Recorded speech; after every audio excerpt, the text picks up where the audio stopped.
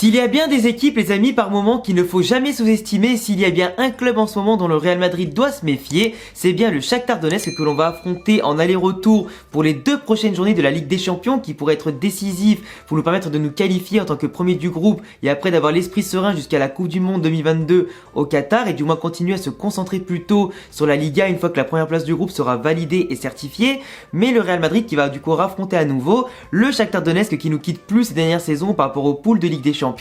qui par moments et à tristes moments aussi nous a provoqué des sueurs froides et surtout de mauvaises surprises, qui restent par moments et encore de mon côté du coup en travers de la gorge tellement la défaite qu'on avait subie contre eux avait été extrêmement amère et tellement importante et tellement imprévisible aussi. Mais un Shakhtar Donetsk aujourd'hui qui fait partie de ces clubs ukrainiens malheureusement qui ont dû être décalés de l'Ukraine en Pologne aujourd'hui pour pouvoir jouer un petit peu à domicile, pseudo-domicile bien sûr, mais qui vont avoir le cœur à l'ouvrage aujourd'hui en Ligue des Champions, dans la plus prestigieuse des compétitions, pour essayer de donner un peu plus de joie, de faire effacer un petit peu les peines du peuple ukrainien, qui malheureusement subit les foudres totalement injustifiées de la Russie, qui subit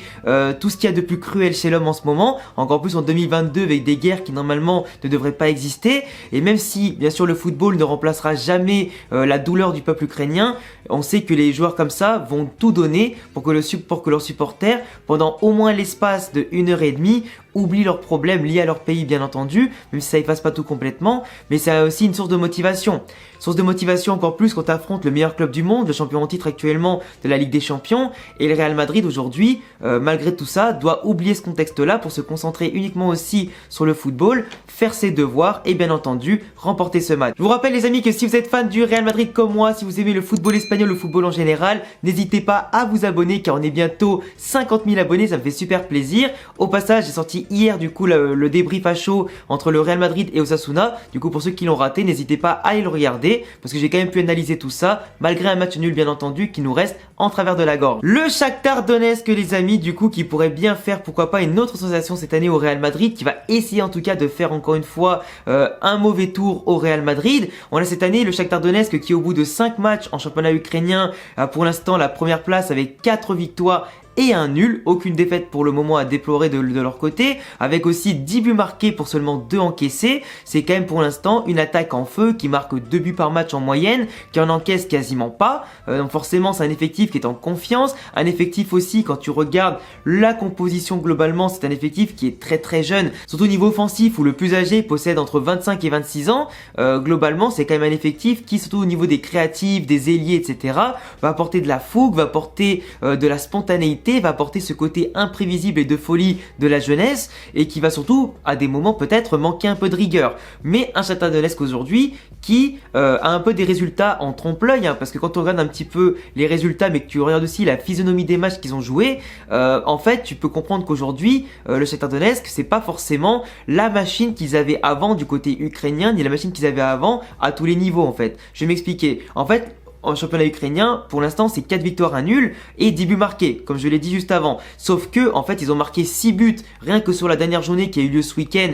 pendant que le Real Madrid faisait 1-1 contre Osasuna. Donc 6 buts sur 10 marqués en un seul match, ce qui montre qu'après ça, sur les 4 autres matchs qu'ils ont joués, c'était seulement 1 but en moyenne. Ça suffit parce qu'ils n'ont pas pris de but, mais c'est un effectif finalement qui marque pas tant que ça, et globalement, qui peut se faire peur si justement, ils venaient encaisser le moindre but. Et donc pour l'instant, sur leur problème d'efficacité,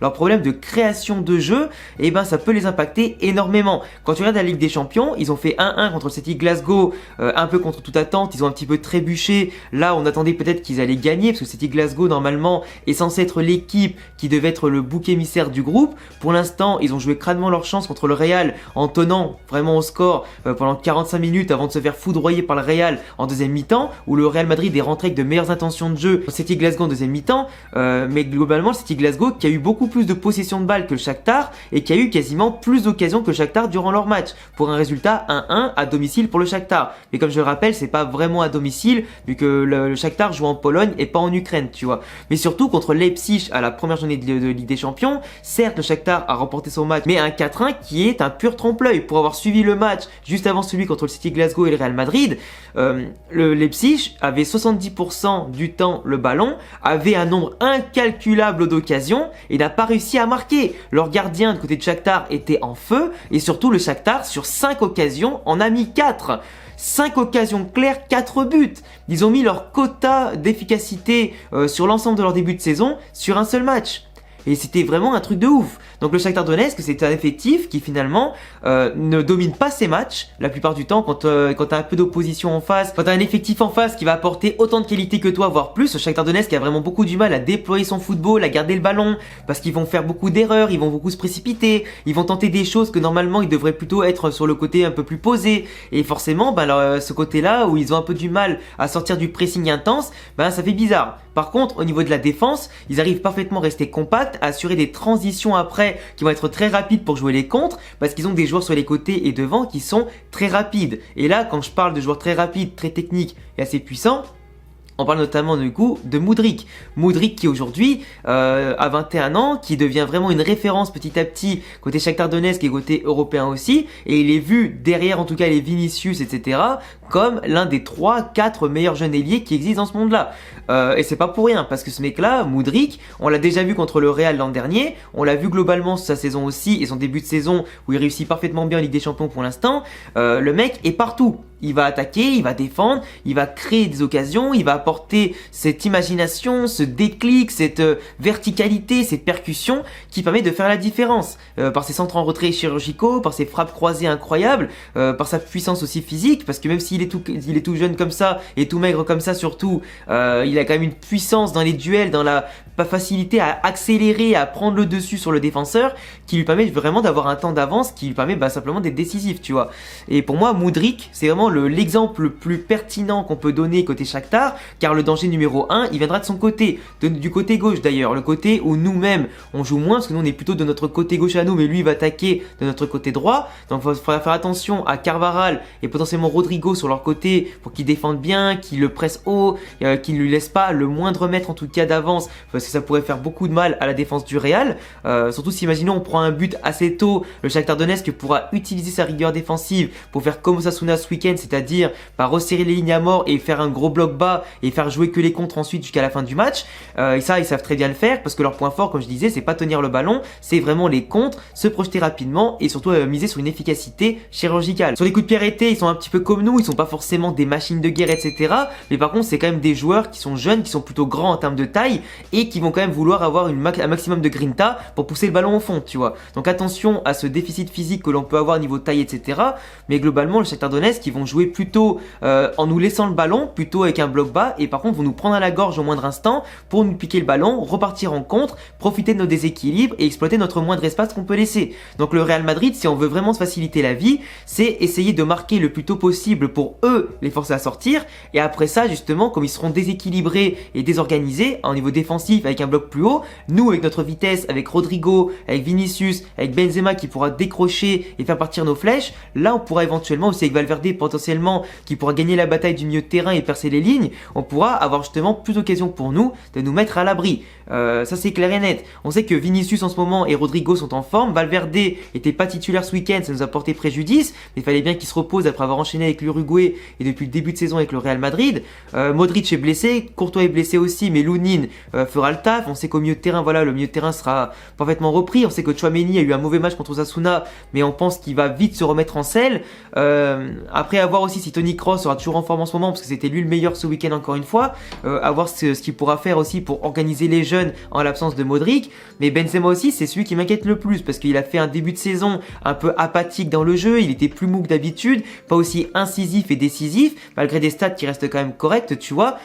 Sa blessure n'a pas aidé, la trêve internationale lui a permis de faire une petite pré-saison, et on l'a vu contre Osasuna, il était pas vraiment en confiance, un peu mou dans les décisions et imprécis techniquement. Et en plus, le penalty raté est pas bon pour la confiance, parce que le Real Madrid n'a pas eu les 3 points alors qu'on aurait pu les avoir, tu vois. Donc forcément, Benzema aura à cœur peut-être dans une compétition qu'il affectionne de marquer un petit peu, de reprendre de la confiance, d'aider le Real Madrid à se qualifier le plus tôt possible et d'assurer un leadership intéressant en fait. Pour moi, le match entre le Real Madrid et le Shakhtar, il doit nous permettre aussi de nous relancer après la trêve internationale parce qu'on était sur une bonne série de victoires et malheureusement la trêve internationale avec 2 semaines de repos etc, enfin pseudo repos, pseudo de trêve parce que nos joueurs sont déplacés de part et d'autre dans le monde et enchaînés avec leur sélection,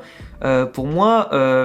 cette trêve elle a fait mal parce qu'elle a coupé le rythme, elle a cassé le rythme du Real et forcément pour repartir de l'avant avec des joueurs qui sont un peu plus fatigués entre déplacement et temps de jeu en sélection c'est compliqué. Mais là aujourd'hui il faut se reprendre, il faut se qualifier le plus tôt possible pour être tranquille et profiter justement que le Shakhtar ne joue pas à 100% parce que mentalement ils ont l'esprit ailleurs, parce qu'ils sont pas aussi impériaux que d'habitude etc, parce qu'ils se laissent un peu trop dominer et ça peut leur porter préjudice contre des équipes vraiment au-dessus. Leipzig ne fait pas un bon début de saison donc forcément ils n'étaient pas aussi à fond dans ce match là, ils n'étaient pas aussi en pleine possession de leurs moyens et globalement le Shakhtar en a profité. Nous on est en pleine bourre normalement donc on ne doit pas commencer à tergiverser, à douter de nous alors qu'on a fait une série de victoires qui était pourtant hyper impactante en fait. Mais après pour autant je vois pas un résultat très large, je vois vraiment un résultat assez serré, genre un 2-1 pour le Real Madrid ou un 3-1 pour le Real Madrid mais pas forcément un gros score tu vois, en espérant que Benzema plante son but, que Rodrigo et Vinicius pourquoi pas apportent leur contribution aussi au score, pourquoi pas Valverde, mais globalement moi je partirais sur ça, un 2-1 ou un 3-1 pour le Real Madrid. Après composition ça va être très classique, hein, ça va être Carvajal, ça va être Lunin au cage,